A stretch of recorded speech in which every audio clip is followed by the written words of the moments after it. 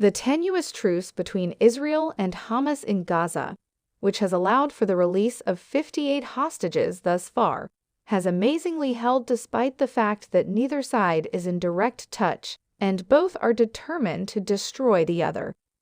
The question at hand is how long the confluence of interests that resulted in the agreement will hold, permitting the release of further hostages taken hostage during Hamas terror assaults in Israel, and the admission of additional trucks carrying badly needed humanitarian supplies into Gaza.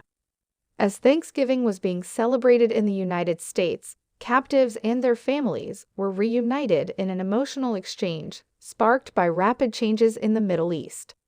However, the suffering of Palestinian people and the majority of those remaining in custody highlighted the horrific cost of the conflict. The conflict may soon resume and get much more expensive and unmanageable, according to medium and longer-term variables that are emerging now that President Joe Biden is back in Washington following his holiday weekend in Nantucket, Massachusetts. Nevertheless, optimism is growing that the agreement won't expire on Monday, as planned following the 4 days of releases that were agreed upon. The provision that Hamas is attempting to get included in the original agreement would have required additional days of Israeli attack pauses in exchange for the release of 10 captives from each side. The concept has been discussed by the Israeli cabinet. Furthermore, the two crucial parties to the agreement, the U.S. and Qatar, hope to build on the momentum of the ceasefire by laying the groundwork for a longer-term resolution to the conflict that might result in the release of more captives and the protection of people in Gaza. Both Israel and Hamas seem to have good reasons to keep the truce in place for the near future. As more hostages return home, Israeli Prime Minister Benjamin Netanyahu, who has been under tremendous pressure from the relatives of those detained, may get some political respite. Meanwhile, Hamas has profited from the cessation of Israeli ground operations and airstrikes, which is expected to allow it to regroup and get ready for an anticipated expanded Israeli attack on its southern strongholds. Biden has a strong imperative to delay or prevent more civilian carnage in Gaza, both for humanitarian reasons and to diffuse a domestic political backlash from young, progressive voters who have denounced his unwavering support for Israel. The U.S. is seeking the return of Americans who were detained or unaccounted for following the Hamas raids on October 7. Furthermore, suffering exists outside of Gaza and Israel, as demonstrated by the 3 Palestinian college students who were shot on Saturday in Burlington, Vermont. Although civil rights organizations urged authorities to look into any bigotry on the part of the gunmen, police have not yet established a motive. The incident comes as anti-Semitism has increased, making American Jews feel less secure. Why there's a chance the Gaza pause will end. Humanitarian objectives might benefit from a protracted ceasefire, but there could not be much time before Israel's or Hamas's strategic objectives change. This implies that there is still a great deal of uncertainty about the fate of the remaining hostages, who include a sizable number of young men and some members of the Israeli security services. For example, given the current circumstances, Hamas is once again able to dictate the pace of the battle by influencing Israeli military actions and responses through the use of hostages. What Israel promises to be a drive to eradicate the Islamist movement is made more difficult by the hiatus. Furthermore, Netanyahu's administration will face a grave moral conundrum, as the fate of the hostages that are still held is weighed against the larger objectives of the Israeli military. Additionally, Netanyahu's government, which is in dire straits and depends on a coalition of far-right hawkish parties, may soon find it politically untenable to continue the unfair exchanges, which release 3 Palestinians from Israeli prisons for every hostage.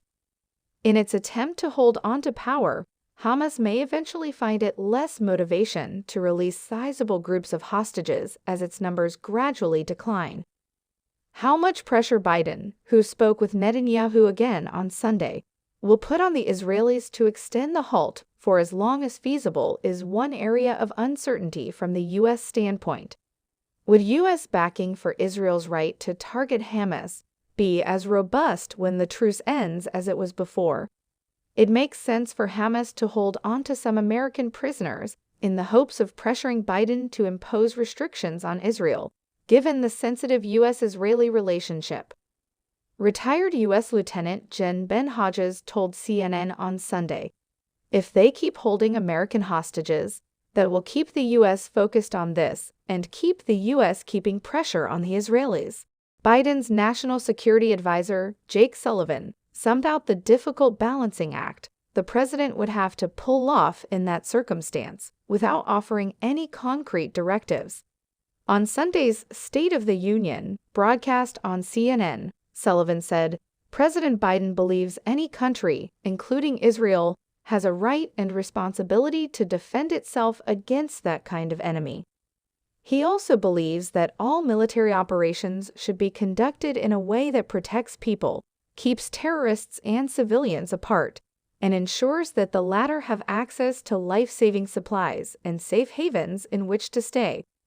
Though there are still difficult strategic decisions to be taken, the hostage releases thus far, together with the more than 100 trucks of humanitarian commodities that have reached Gaza, have represented a rare moment of hope and relief in a horrible struggle.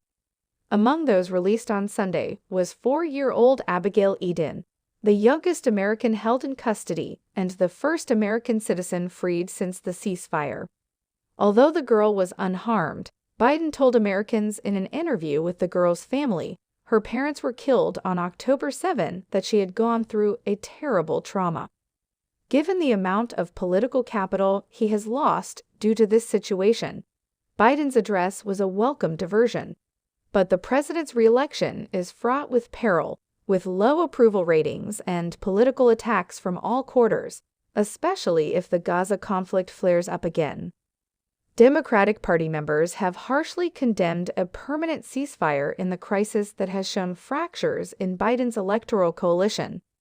Progressive younger people, who will be critical to Biden's victory in the coming election, have voiced criticism of Israel's response to the terror attack. And the growing number of enraged Arab Americans will also be critical to the Democrats' chances in Michigan, a battleground state. But the president is also receiving criticism from the right.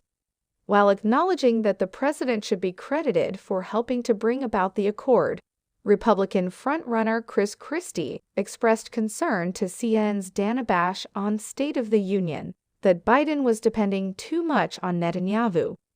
Christie threatened, saying that Biden was starting to err in his belief that the ceasefire would last. "It is not something I think he should be doing in public," declared the New Jersey governor-elect. His voice needs to be unwaveringly in favor of Israel's efforts to preserve both its territorial integrity and the security of its 9 million citizens. Israel may not receive U.S. assistance until the next year. Biden has been begging Congress to approve $14.3 billion in immediate aid for Israel for weeks now. Furthermore, Senate Majority Leader Charles Schumer wrote to his Democratic colleagues on Sunday, informing them that he will present a national security plan that links funding for Israel and Ukraine as early as next week. However, the GOP-controlled House would continue to pose serious challenges to such a package. House Republicans passed their own legislation, even though they knew the Democratic majority in the Senate would not allow the cutback in Internal Revenue Service expenditures. Conversely, pro-Trump Republicans oppose efforts by certain Democrats and Senate Republicans to combine the bill with a new $60 billion aid plan for Ukraine. Moreover, any agreement could be threatened by the tiny House GOP majority, which is largely controlled by hardliners. This suggests that Republicans would be more likely to back a bill if it made concessions to Democrats on the border. On NBC's Meet the Press on Sunday, House Intelligence Committee Chairman Mike Turner expressed his lack of optimism that the bill will pass this year. "I don't think it could be completed before year's end. And the present roadblock, according to the Ohio Republican, is the White House's southern border plan." Senator Christopher Murphy made it clear that differences over the package could result in additional delays, by indicating that he would be willing to condition Israeli aid on the protection of Palestinian people. The Democratic lawmaker from Connecticut said on State of the Union that we regularly condition our aid to allies based upon compliance with U.S. law and international law. Therefore, I believe it's extremely consistent with the methods in which we have provided aid to allies, particularly in times of war. Political maneuvering in Israel, the U.S., and other nations has largely ignored the post-war environment of the region. A two-state resolution to the Israeli-Palestinian conflict seems more unlikely than ever in light of the October 7 assaults. The Biden administration reiterates that it is in favor of this strategy.